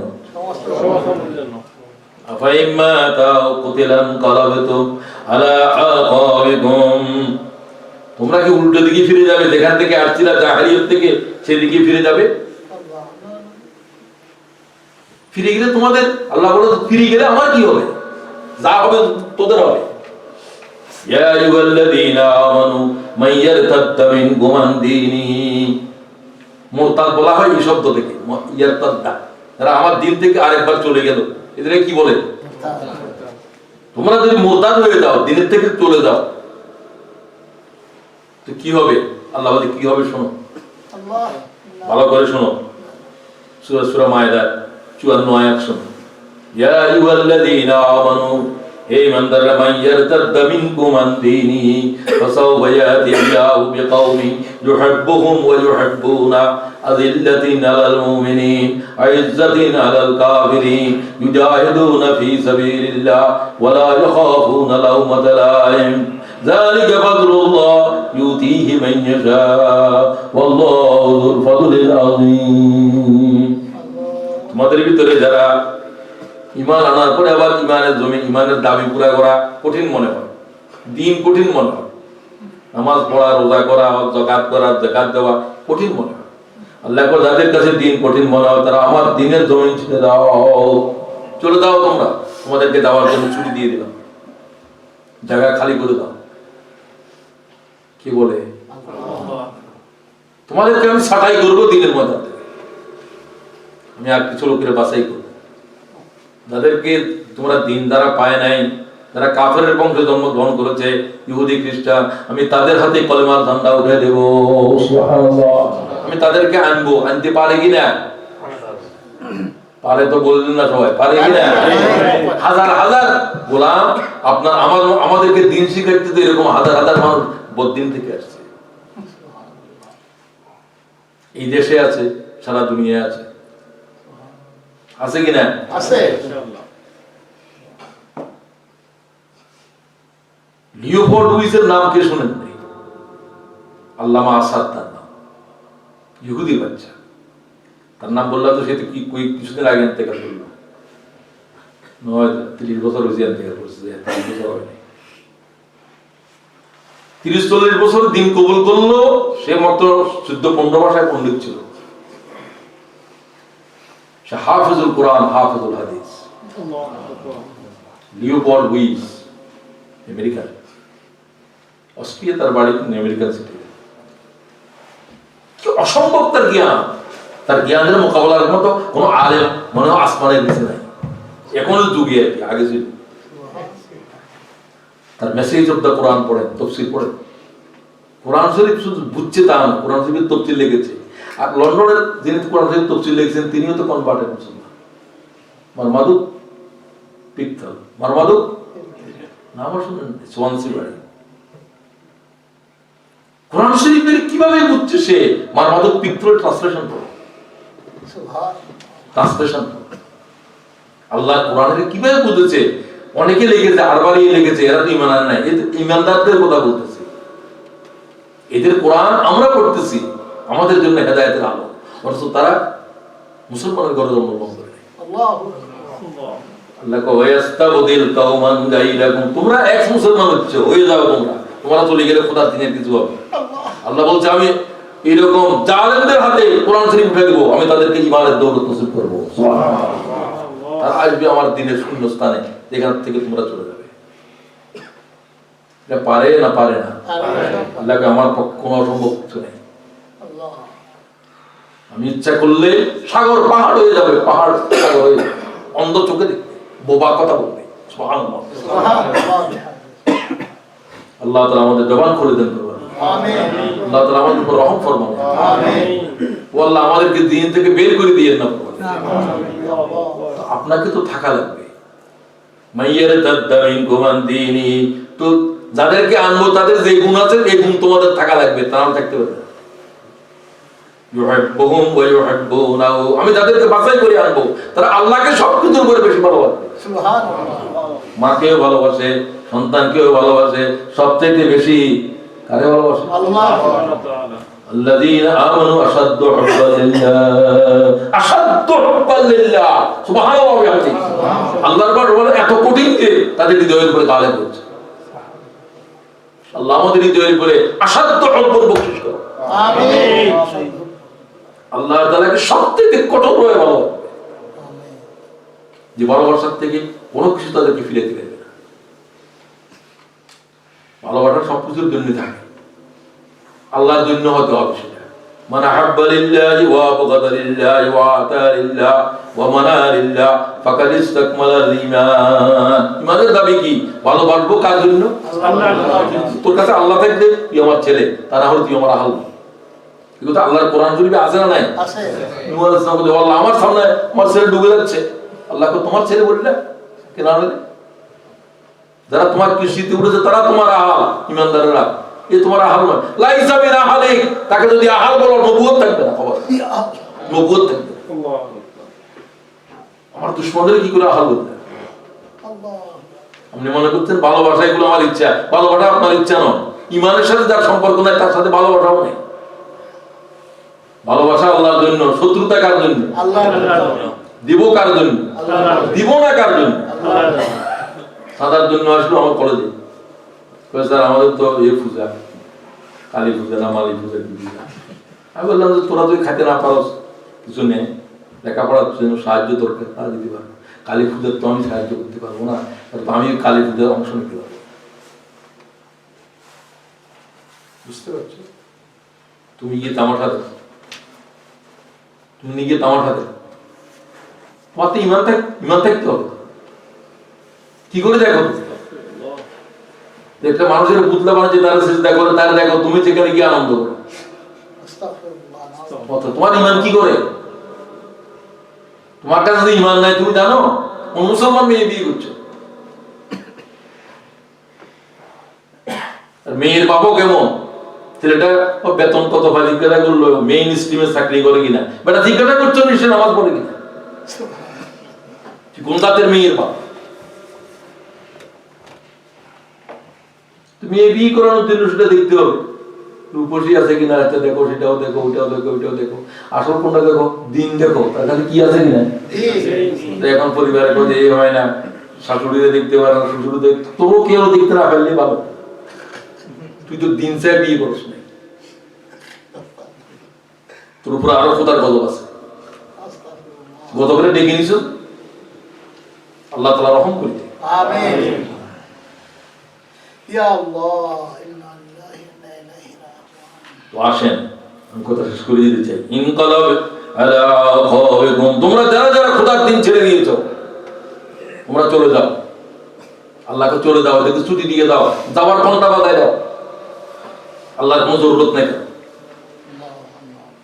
মুসদ্দির ইমামতি করো কি? তোমার কাছে মুসদ্দির ইমামতি বেশি দরকার, ইমামতি করো, ওইটা করো, সেটা করো। খোদার দিন নিয়ে কেউ নাই, ইমামতি চাকরি করেছে, খোদার দিন নেই। ইল্লা মাশা, তুমি হিসাব করো আমি কি বলতেছি। আফাইম্মা তাও কুতিলান কালাবিতুম আলা আকাবিকুম, আফাইম্মা তাও, আল্লাহর পয়গম্বর যদি শহীদ হয়ে যায় খোদার দিন থেকে যেতে পারবি না। সুবহানাল্লাহ, সুবহানাল্লাহ। সভাপতি নিহত হয়েছে, অমুক শাহাদাত বরণ করছে, আমাদের সভাপতির ফাঁসি দিয়েছে, ফাঁসি এরকম সবাইকে দিয়ে দেওয়ার পরে খোদার দিন ছাড়া হবে না। সুবহানাল্লাহ, সুবহানাল্লাহ। কি কঠিন কথা বলতেছে আল্লাহ তাআলা। সবচেয়ে কঠিন বেদনা তো রাসূলের ইন্তেকাল। আল্লাহ কয় মুহাম্মদ সাল্লাল্লাহু আলাইহি ওয়াসাল্লাম যদি শহীদ হয়ে যায় খোদার দিন ছাড়তে পারবি না। আল্লাহু আকবার। আর কি কথা, বাপ মরা দাদা মরা প্রশ্ন আছে। আফাইমা দাও কুতিলা, যদি তিনি ইন্তেকাল করেন অথবা আল্লাহর পয়গম্বরকে যদি কেউ শহীদ করে দেয়, তোমরা কি আল্লাহর দ্বীন ছেড়ে দেবে? আল্লাহ তাআলা আমাদেরকে সর্ব অবস্থায় দ্বীনের উপর কায়েম রাখুন। আমিন আমিন সুবহান। সর্ব অবস্থায় থাকাটা হলো ইস্তেকামত। কি ইস্তেকামত? ঈমান আছে, ইস্তেকামত নেই।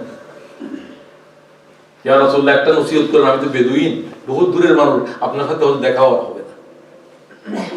এরকম আছে অনেক, হুজুরকে একবারে দেখছে।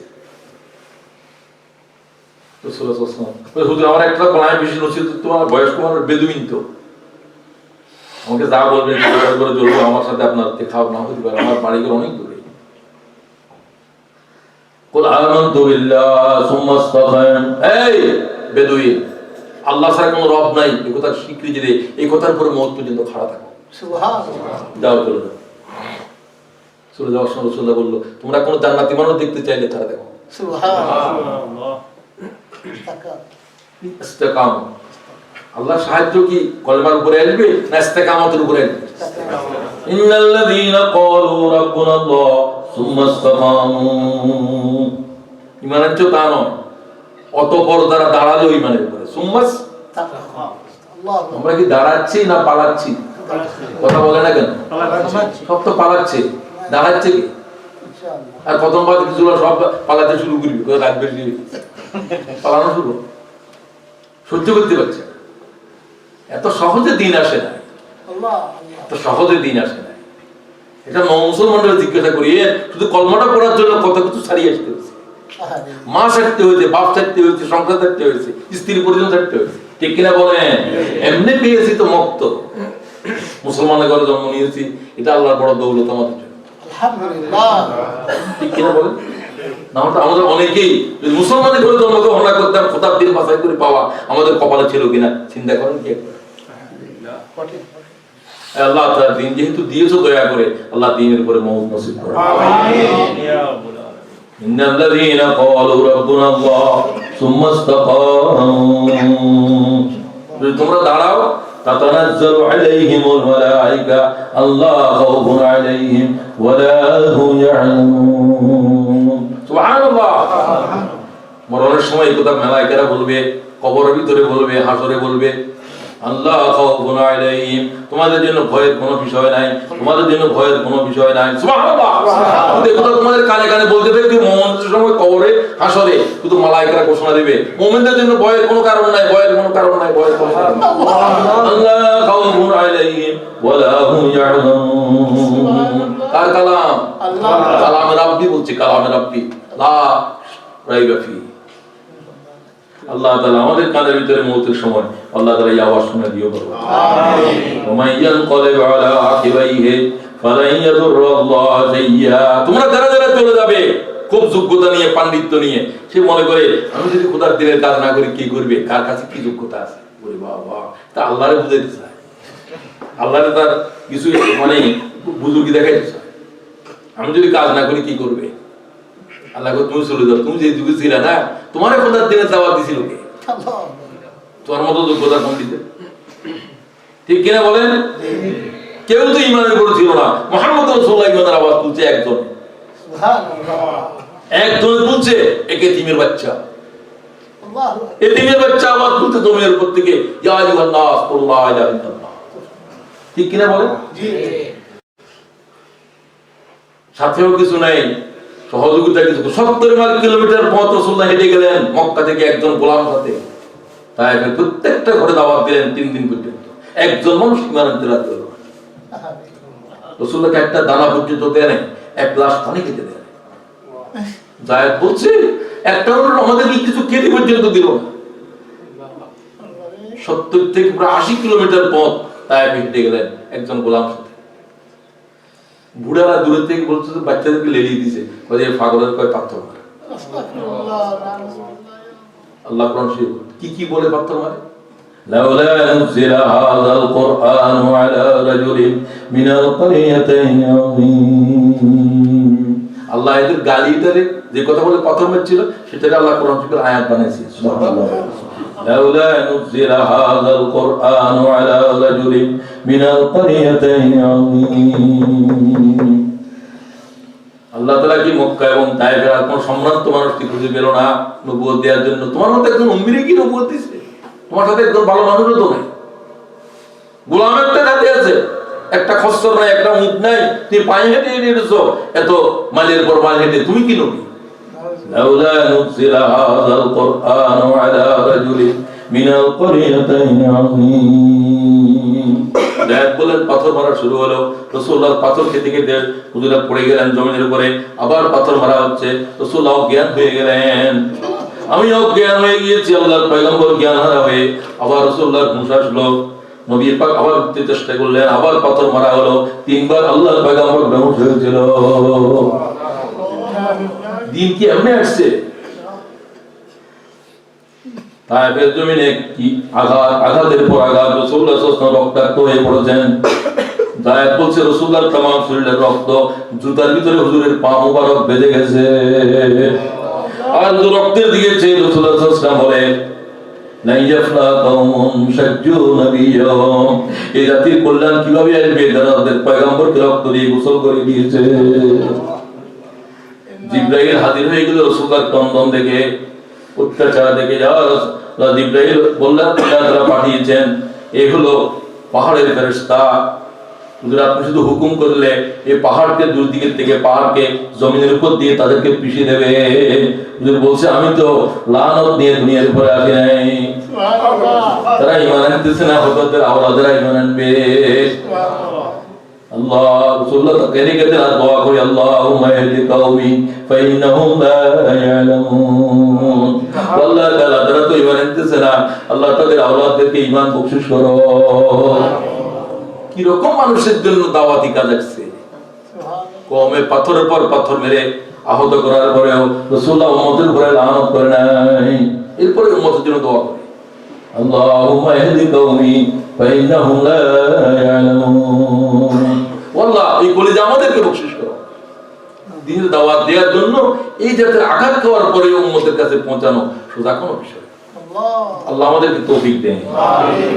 يا أيها الذين آمنوا من يرتد منكم عن دينه فسوف يأتي الله بقوم يحبهم ويحبون أذلة على المؤمنين। তারা হবে এমন, তারা মুমিনদের জন্য সংবেদনশীল, তারা কুফরি শক্তির মোকাবেলায় কঠোর। এই গুণাবলী লাগবে এই পদে থাকার জন্য।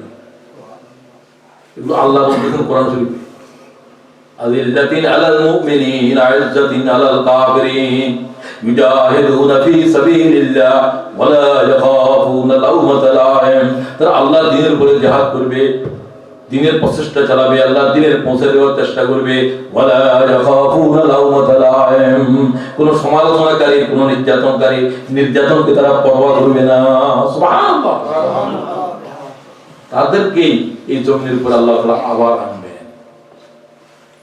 আল্লাহ তাআলা আমাদেরকে যেহেতু নিয়েছেন, আমাদেরকে এই গুণাবলী বখশিশ করেন।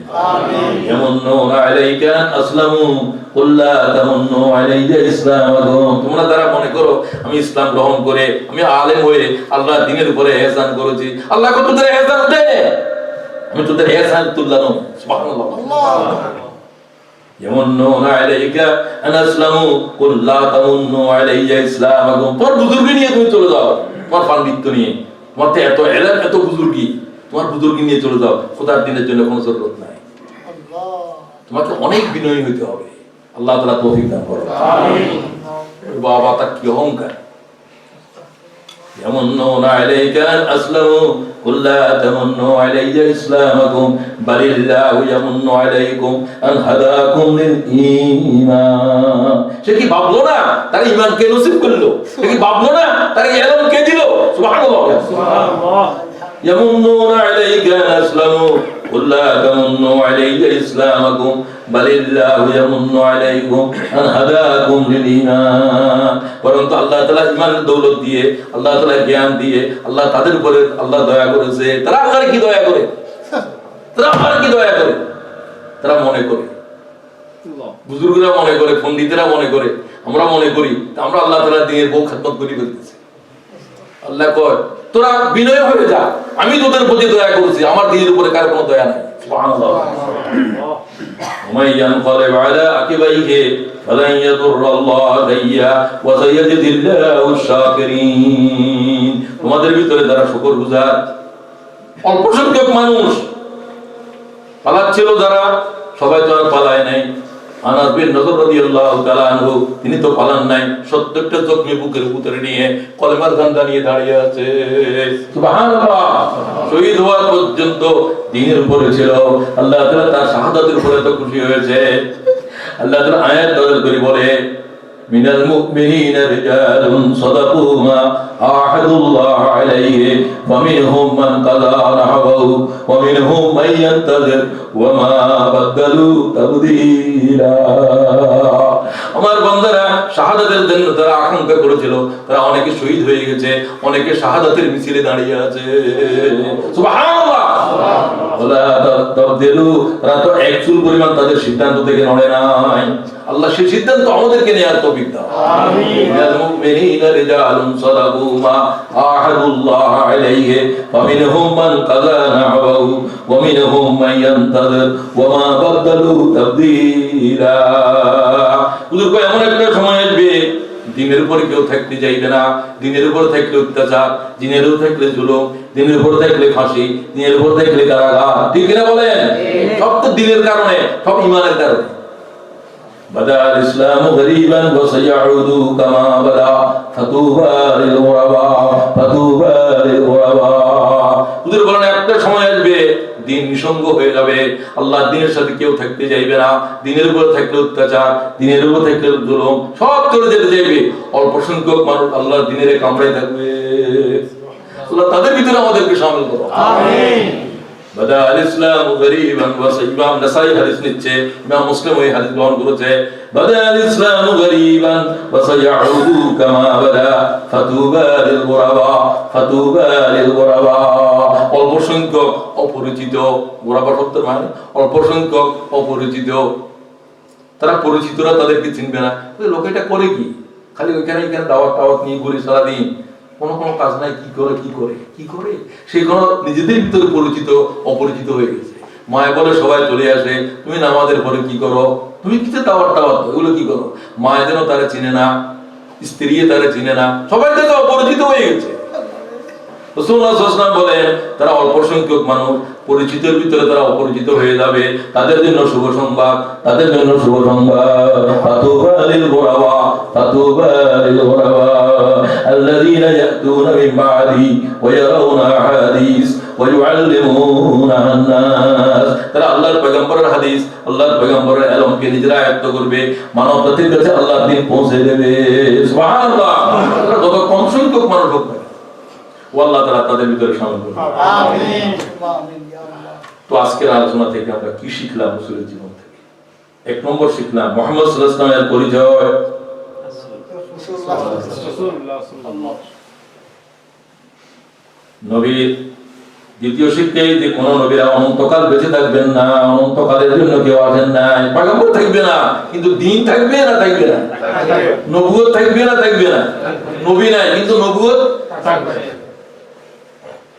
যুদ্ধের ময়দান থেকে যখন পালাচ্ছিল এক সাহাবী আরেকজনকে বলল যে তুমি পালাচ্ছ কেন রাসূলুল্লাহ শহীদ হয়ে গেছে কই রাসূলুল্লাহ তো শহীদ হয়ে গেছে আল্লাহর কোরআন তো শহীদ হয় না পালাচ্ছ কেন আরেকজন বলছে সেটাও ইতিহাসের ভিতরে আছে তাদের বুঝতে হবে পয়গম্বরদেরকে আল্লাহ অনন্ত তাদের হায়াত দেন নাই তাদের দেহ এটা মৃত্যু মরণশীল সুতরাং তারা চলে যাবেন কিন্তু তারা যে দিনটা গেছেন আমাদেরকে এই দিনের সাহায্যকারী হতে হবে ইনশাআল্লাহ এই দায়িত্ব পালনে কোনো অবহেলা করা যাবে না কোনো কষ্ট কোনো কিছু দিয়ে খোদার দিন থেকে কোনো কিছু যেন আমাদেরকে বিচ্যুত করতে না পারে রাসূলুল্লাহ সাল্লাল্লাহু আলাইহি ওয়াসাল্লামের পরে আবু বকরের খেলাফত শেষ হলো আবু বকর একটু বিছানায় বললেন সবাই বলল যে আপনি পরবর্তী খলিফা কে হবে একটু পরামর্শ দিয়ে যান তিনি বলছেন আমার এখন কি পরামর্শ আমার তো এখন জীবন শেষ অবস্থা একবার হুঁশ আসে একবার হুঁশ চলে যায় তিনি বলেন উসমানের ডাকা হোক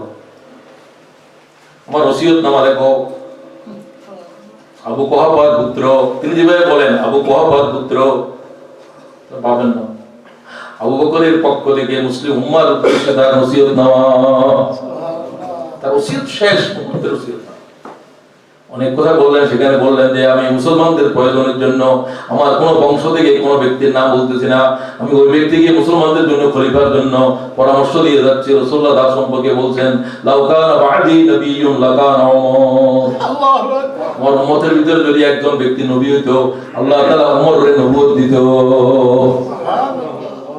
ওমরকে ডাকো, হযরত ওমরকে ডাকা হলো, ওমর তোমাকে খেলাফতের জন্য আমি তোমার নাম প্রস্তাব করে যাচ্ছি। হযরত ওমর কেঁদে ফেললেন আর বললেন, আমিরুল মুমিনিন, আমি খেলাফত চাই না।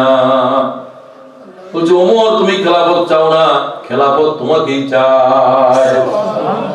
খেলাফত যে চায় না, খেলাফত তারই চায়।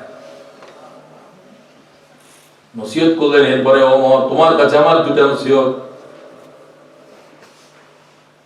খেলাফতের দায়িত্বকে আগামীকালের জন্য রেখে দিও না, আগামীকালের জন্য রেখে দেবে না, আজকের কাজ আজকে শেষ করে বিছানা যাবে। সুবহানাল্লাহ। দ্বীনের কাজকে সবকিছুর উপরে গুরুত্ব দেবে। তুমি তো জানো রাসূলুল্লাহর ইন্তেকালের সময় তুমি পর্যন্ত বেহুশ হয়ে পড়েছিলা, বলছিলা রাসূল যদি ইন্তেকাল করছে এই কথা কেউ বলে আমি তার গর্দানের উপরে মাথা রাখবো না। সেই দিন তোমার চাইতে বেশি কষ্ট আমি পেয়েছিলাম। রাসূলুল্লাহর জন্য আমার কলিজায় কতটুকু বেদনা তুমি তো জানো। হযরত ওমর যখন আবু বকরের ইন্তেকালের পর তার ঘরে তার বাচ্চা পরিবারকে সান্ত্বনা দেওয়ার জন্য গেলেন, খেজুর পাতার ঘর, মাঝে মাঝে পোড়া কি জানো আগুনের ছোঁয়া লাগেছে। আসমা, তোমার আব্বার ঘর এরকম কেন? বলছে, আমার আব্বা যখন রাসূলুল্লাহর ইন্তেকালের পর মাঝে মাঝে আহা বলতেন, আহার বাতাস যেখানে লেগেছে সেটা পুড়ে গেছে। রাসূলুল্লাহর জন্য আমার আব্বার কলিজা পুড়ে গিয়েছিল। মোর ভালো করে জানে এটা, রাসূলুল্লাহর সবচেয়ে প্রিয় বন্ধুকে। হুজুর পাক সাল্লাল্লাহু আলাইহি ওয়াসাল্লামের ইন্তেকালের এই বেদনা আবু বকর বললেন উমরকে, আমি সহ্য করেছিলাম, সেদিন যদি আমি তোমার মতো উম্মত হয়ে যেতাম, আল্লাহর দ্বীনের কি হয়ে যেত। দ্বীনের দায়িত্ব পালনকে আগামীকালের জন্য রেখে দিতে পারবে না, সব কিছুর উপর আল্লাহর দ্বীনকে অগ্রাধিকার দিতে হবে। খেলাফতের জন্য খলিফাকে নসিহত করছে। আল্লাহ তাআলা আমাদেরকে দ্বীনকে সবকিছুর উপর অগ্রাধিকার দেওয়ার তৌফিক দান। আমিন। যে কোনো ভয়াল পরিস্থিতি জীবনের পরে আসে, সেই অবস্থাতে আর সারা জীবন আল্লাহ তাআলার দ্বীনের উপর টিকে থাকার জন্য দোয়া করতে হবে। রব্বানা, কি দোয়া?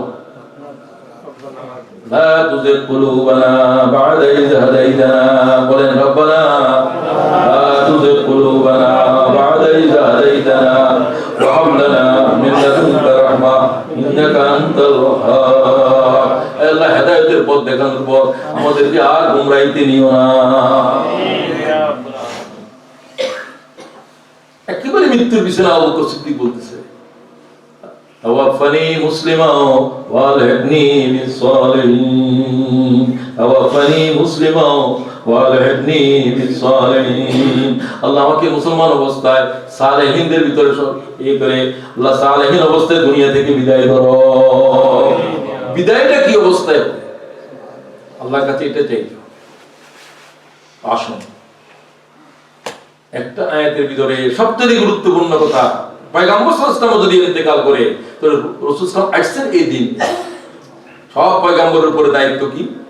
ওয়াল্লাযী আরসালা রাসূলাহু বিল হুদা ওয়া দীনিল হক লিইয়ুযহিরাহু আলাদ দীনি কুল্লিহি ওয়ালাউ কারিহাল মুশরিকুন। আমি আল্লাহর সমস্ত পয়গম্বরদেরকে পয়গম্বরি দিয়েছি এই জন্য যে তারা যেন আমার দ্বীনকে মানবজাতির আইনের উপরে আল্লাহর দ্বীনকে তারা বিজয়ী করে দেয়। এই চেষ্টায় ব্যস্ত থাকো। এই কাজ যদি না করে থাকো, তোমার কোন ইবাদত আল্লাহর কাছে গ্রহণযোগ্য হবে না। এই কাজের জন্য রাসূলুল্লাহ নামাজ কাজা হয়েছে, এই কাজের জন্য। বুঝতে পারছেন?